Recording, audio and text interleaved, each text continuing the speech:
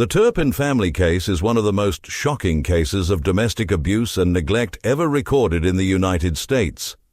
David and Louise Turpin were the parents of 13 children and maintained a regime of extreme cruelty, confining and physically, emotionally, and psychologically abusing their children for years. The case came to light in January 2018, when one of the daughters managed to escape and alert the authorities. Below is a detailed description of the events. The Turpin family, David and Louise Turpin, married in 1985 and appeared to be a normal family to the public. They claimed to follow a strict and religious lifestyle, often claiming that God had instructed them to have many children. The 13 children, who ranged in age from 2 to 29 at the time of their rescue, were raised in complete isolation, with limited contact with the outside world. The Turpins moved between states such as Texas and California, where their actions went unnoticed for years. The rescue. Jordan Turpin had retrieved a cell phone that his older brother Joshua had thrown away. He had told him it was only good for calling 911, the emergency number. On January 14, 2018, shortly before 6 a.m., he climbed out of a window in his bedroom. He told the dispatcher his name and age. "I ran away from home." When the dispatcher asked him for his address, Jordan Turpin read out a string of 9 numbers. It was her zip code, but she thought it was a street address. Finally, she read the full address from a piece of paper. "There are 16 of us in the house. We are mistreated. My brothers are in chains." When the dispatcher asked her where she was, Jordan Turpin said, "I don't know. I've never been away. I don't know the street names." Meanwhile, the dispatcher alerts 2 sheriff's deputies. She notices that the girl is next to the address she just read and asks her to stand next to a stop sign. In this call, Jordan Turpin recounts almost everything that has come to light since. "The house is so dirty that sometimes I can't breathe." She also says that they had previously lived in Texas and that their parents kept them in a trailer for 4 years without ever showing up, years during which they fended for themselves. Abuse and living conditions. The children were subjected to inhumane conditions. They were often chained to beds for long periods of time, denied food, medical care, and basic hygiene. The house was filled with filth and trash, with reports that the siblings were often kept in rooms without access to bathrooms. Although David and Louise claimed to homeschool their children, the youngsters received little or no formal education. Many did not know even the most basic information, such as what medications were or how to use simple technology. They also had severely impaired physical development due to malnutrition. For example, their 29-year-old daughter weighed only about 80 pounds when she was rescued. The exterior of the family's California home offered an appearance of order and tranquility, but what was thought to be just the home of a middle-class family in the U.S. was actually a house of horrors.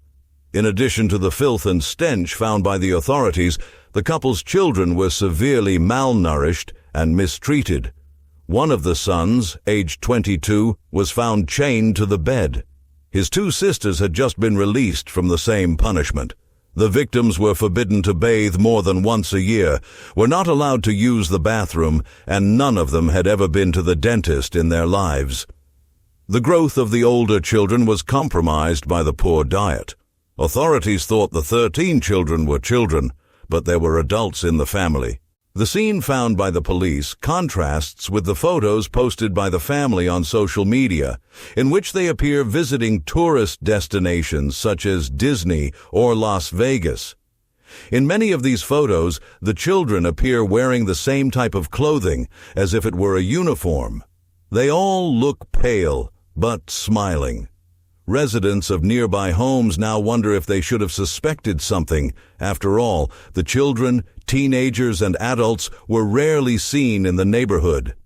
A neighbor of the Turpins' home told Reuters that the family was one of those that really nobody knew anything about. Looking back, we never would have imagined something like this, but there were warning signs. "There's no way you never see or hear 9 kids," said Kimberly Milligan. The neighbor recalled that on one occasion she greeted some of the children as they were putting up Christmas decorations around the house. When she saw her, she said, the siblings stood still, like they wanted to be invisible. Andrew Santillan, who also lives in the neighborhood, told CBS that he had no idea there were children and teenagers in the house. Nicole Gooding, who has lived in the neighborhood for 3 years, told Reuters that she first saw the family 2 months ago when the mother and children were cleaning the yard. An attorney who represented the couple in their latest bankruptcy filing, Ivan Trahan, told the Los Angeles Times that he and his wife had always seen the Turpins as very nice people who spoke highly of their children. The family's Facebook page features several photos and videos of them looking happy and smiling, with many posts featuring comments from family or friends. The images indicate that the couple have renewed their wedding vows several times in recent years, often with their children present.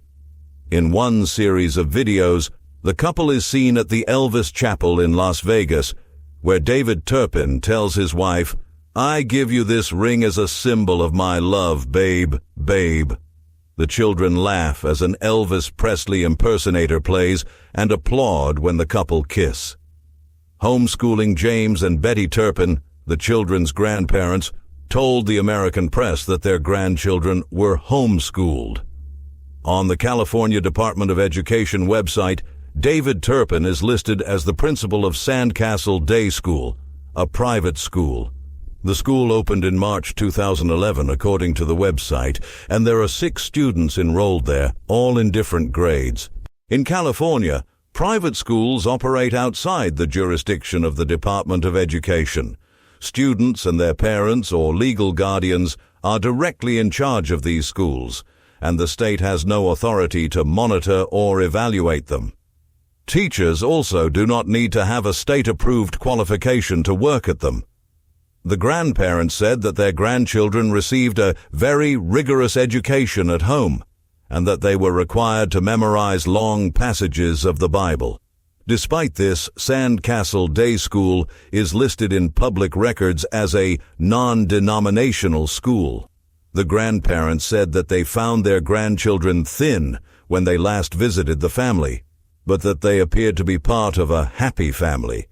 But they also said they had not seen the family in 4 or 5 years, although they had spoken to them on the phone. The couple said the Turpins were seen in the community as a good Christian family, and that God called them to have so many children. Investigation and aftermath. According to public records, the couple lived in Texas for many years, moving to California in 2010.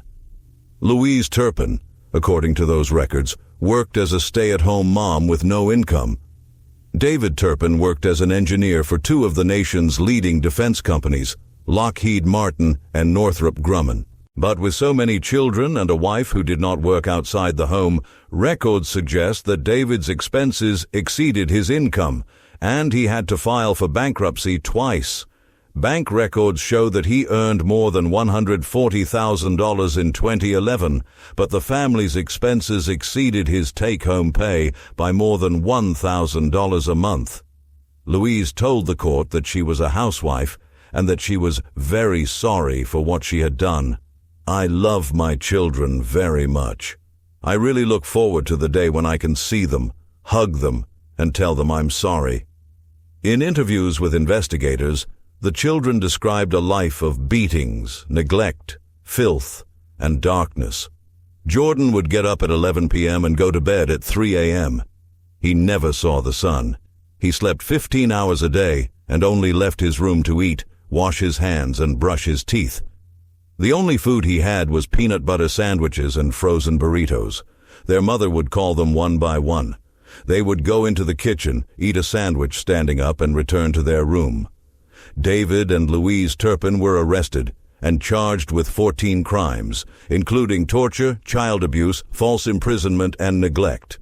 During the trial, details of the abuse were revealed, shocking the public and authorities.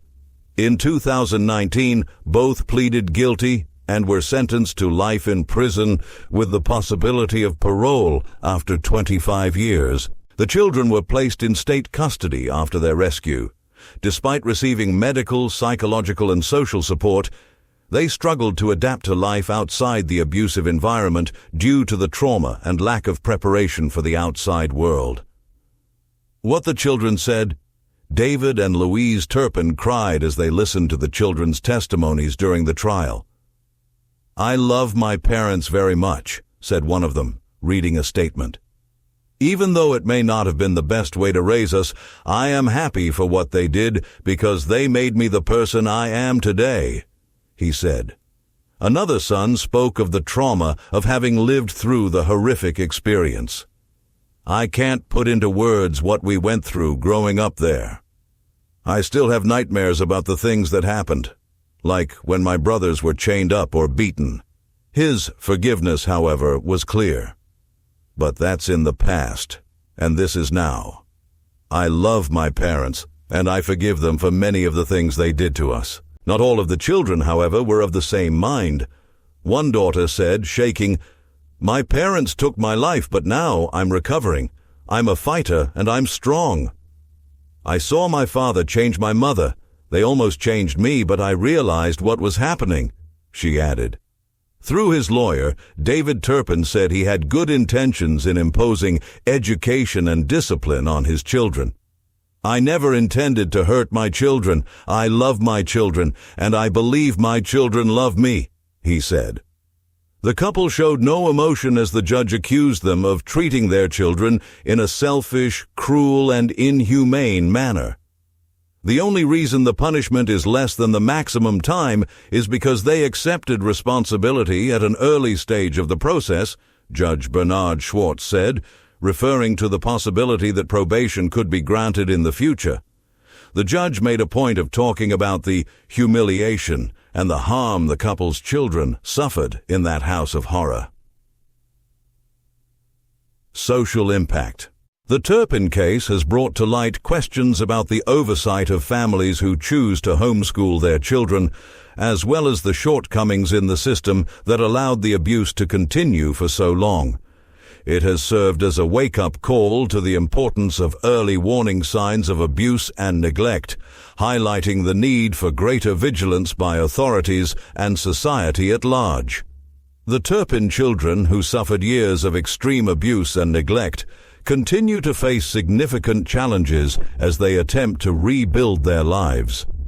The 7 older siblings, who were held in inhumane conditions by their parents, have begun receiving educational and rehabilitation support. They have expressed an interest in attending school and college in person, seeking to make up for years of lost learning. Despite this, many still face emotional and practical difficulties due to the severity of the trauma they suffered. The younger siblings were placed in foster homes and received immediate medical and psychological care. However, reports indicate that some foster families have also experienced challenges, including allegations of subsequent abuse, which have further complicated the recovery process for some of them. This has led to criticism of the institutions responsible for overseeing these cases. While public attention has helped the brothers receive financial assistance and community support, the struggle to overcome their trauma and gain independence is ongoing. Many brothers remain in California with limited support and struggle to access the right resources to ensure your long-term well-being and success.